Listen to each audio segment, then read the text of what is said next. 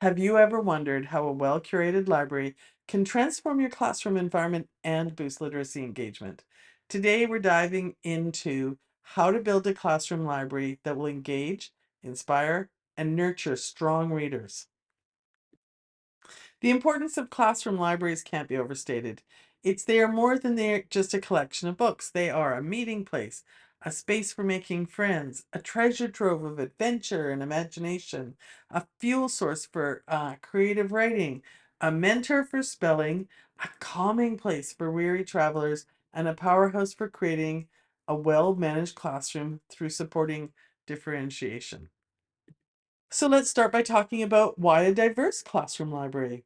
A well-stocked library enhances literacy rates and student engagement. You are providing access to diverse topics and supporting students from all different backgrounds. We live in a multicultural world. We live with students who are being told they can be and do anything they want to be. A diverse classroom library supports all of that. So, it's important to keep a classroom library organized for it to be useful. And I will be honest, I started off with somewhere it's hard to make an estimate, but if I paid full value for my books, I would have started off with a library that was between 12 and $20,000 in value. Now, just to be clear, I got it for $225 from our local library book sale from our municipal library. And I asked my principal for money before I even established my classroom. And I said, this is happening. Can I have money? And he said, well, I can give you a couple $100. He had no idea what I was going to do with it and how valuable that couple of $100 was going to be. So anyways, but we'll dig into that a little bit more later on in the video. So my priorities were obtain needed lots of books, and it meant buying books and bookshelves because I had seen if children have ready access to a variety of books, it really encourages engagement. Engagement is huge in developing uh, passionate readers. Of course, there was work to do in sorting and leveling the books. And, I know the debate out there about leveled books. I'm just going to say that I did. I leveled them according to the leveled readers, the A, B, C, D, E. And I did not get all that done properly at the beginning. I just got the books out there.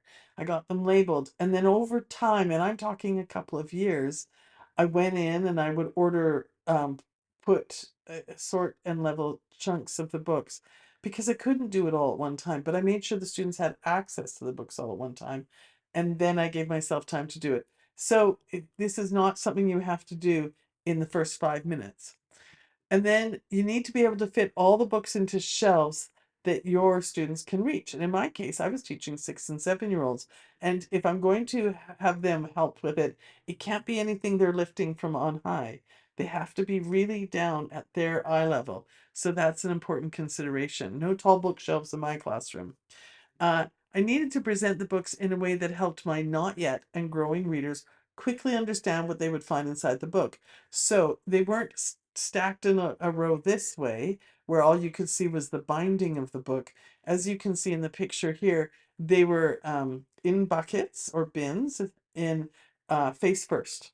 And this is great because they could really see the pictures so they know what series they were looking at as opposed to trying to decipher all those names on all those spines. Um, and I worked at creating attractive containers and tags that were aesthetically pleasing. One of the things that I learned as a teacher is I was into simple and affordable, but I've got those really highly aesthetic visual students, and that's part of making a classroom um, homey to students. So not these, and as you can see, they're a very neutral color, all the colors in the books.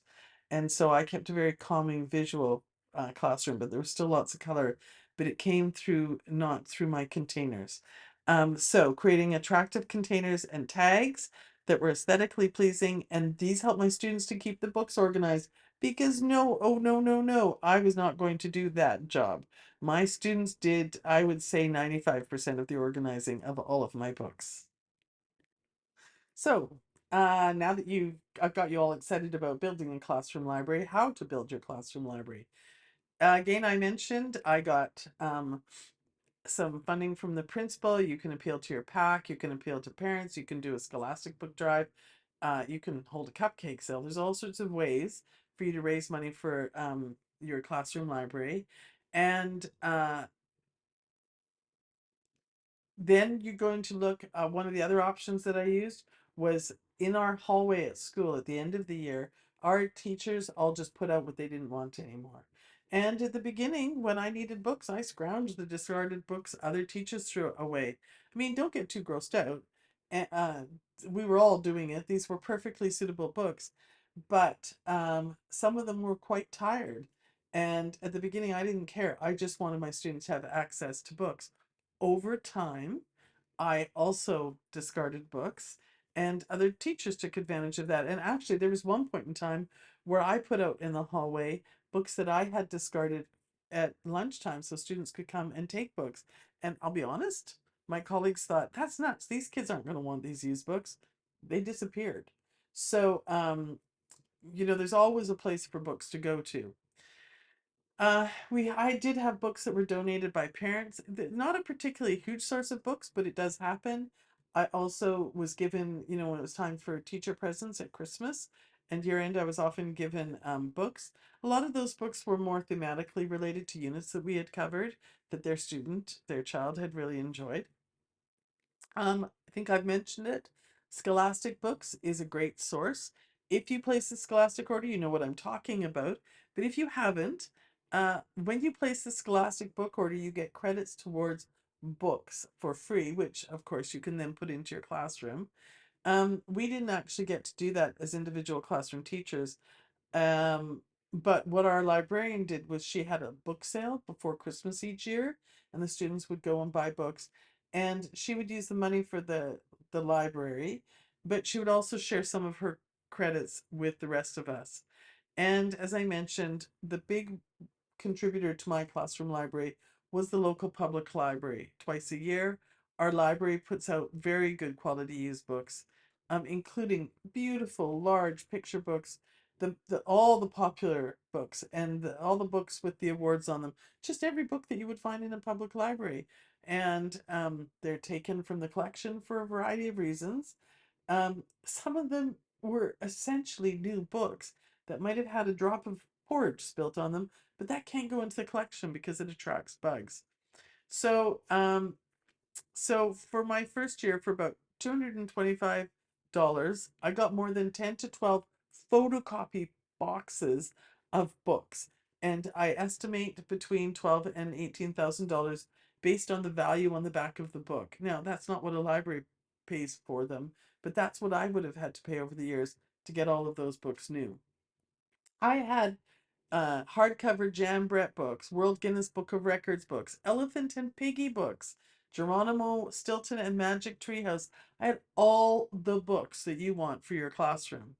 And of course, there is a book drive. I never actually did this. There was no more room in my class for books. I recognized I was an addict and I stopped. But a colleague did a book drive and it was a great success. Parents were free to donate books they wanted to get cleaned out of their house. Super simple, especially right before Christmas. So, and you can, of course, approach your local parent advisory committee, is what we called our local PAC. I don't know what you call yours. Um, it's not a strategy I used, but it is effective. I have, our school didn't really have a PAC, but I have what the school that my children attended. No, they didn't attend the one I worked at for a few different reasons, but it's really effective. And I sat on the pack and listened to teacher requests, and I found that our pack was very interested in helping our teachers with requests like that. So now you've got your books. Now, what are we going to do to build our library? What's our library going to look like? So, a welcoming classroom library is comfortable. An inviting environment like a cozy couch can transform your library into a favorite spot for your students to gather and read together. And think about it at the public library. I know in ours, they've got carpets that the kids can lie on. They've got big, deep chairs and couches, and they have they understand, recognize their importance as a meeting place for people. And so the same thing with the classroom library. My students spend so much time reading over and above the expected reading time every day. So much time reading. And you can imagine what that did for their reading levels. So managing a classroom library does not need to be an overwhelming amount of work. Teach your students to help maintain the library. It was one of our daily classroom jobs. Was it always perfectly organized? No. But every single day I had two, and sometimes they had helpers from other students who had finished their chores, and students working on it for 10 or 15 minutes, all of those times make a difference. And sometimes by the end of the year, we would pull out all the books, actually, typically at the end of the year, and each student would take a stack of books and go through, or a box of books. You saw my crates earlier on, and they would take them to a spot in the classroom and they'd sort out all the books that weren't suitable for that box. And then they'd go put them in the right box, and Bob's your uncle. It was organized. This keeps it, and by teaching your students to help maintain the library, first of all, they love it. They love to see what's in it. And this also keeps it organized and instills a sense of responsibility and ownership, um, helping them to, so that when you looked at them and said, does that book belong there? And they'll stop in their tracks and they kind of give you a look and they'll go put it away properly, because they know better. They want to find their books. They know where Geronimo Stilton belongs. So what is the size of a classroom library? I've seen teachers with two shelves full of books. I had one, two, three, four, five, six bookshelves with three levels of books on them. On the top shelf, like on the top of the shelf itself, on the first shelf, and then down below. Like I say, I was a book addict. So that was the size of my classroom library. And it was just a beautiful thing to have in the classroom, but they're not all going to be like that. So while recommendations may vary, focus on curating a quality selection that caters to your students' diverse interests and reading levels. So having something for everybody as you build and grow is more important than the absolute number. To get a whole bunch of really cheap books may be less valuable than having a few books that they are just loving to read over and over and over again. I mean, I've got, my children are 32 and 34, and my 34-year-old still likes looking at the stories that we had in their childhood, the Christmas stories that we had in their childhood. Kids like to reread good quality books, which is the strategy. Rereading is the strategy for building fluency, so it's a good thing. Um, and like I said, I had several opportunities to add to my library quickly, and it still took several years. One tip though, when organizing and labeling your books, consider a way of adding a special mark to those books it is important to take with you if you change schools. Depending upon how the books were paid for, you may be able to take some with you. This could be very important. And what about the non-academic benefits of a classroom library? As I mentioned above, I did not spend hours maintaining my classroom libraries, hours setting it up definitely, but once it was done, I spent very little time on it. My students knew how the library was organized because they accessed it regularly. And a part of the organization was their book box. And each week they had a book box in which they selected 2 to 6 books. I mean, if they were reading chapter books, they didn't need 6 books. So 2 to 6 books at their reading level, and another one that was higher than or below their reading level, because, girls just want to have fun. And each week they had time to put their old books away properly, and they were to select the new books they wanted to read. And of course, I did periodic spot checks to keep things honest. So my students were not required to sign out the books because they all stayed in the classroom, and I used far less expensive books to send home with them. Those books did not come out of my classroom library. I felt that my time and energy was more worthwhile being spent organizing engaging lessons than administering a classroom library. And from the books that I did send home, which were again separate from my classroom library, if any books got lost over time, it really wasn't noticeable. Um, of course, some books, as I mentioned earlier, did not get put back correctly. And so one of my classroom chores for students was for students to organize the books. And so these are some of the extra benefits, the non-academic benefits, student choice, which is an important part of differentiation, ownership, engagement, community, and early finisher activity, and always waiting for it at the carpet, and just high literacy rates. My students were really strong readers. There you are. Classroom libraries can be simple and affordable to build. They're powerful tools for so much more than just building literacy. And they're a gift you give yourself. They do so much of that powerhouse work I just talked about, the non-academic work of classroom community building, early finishers, um, and start small, be creative, and remember every book added is a step towards nurturing the next generation of lifelong readers. Start to create your classroom library today, just step by step. Anyways, thanks for joining me today.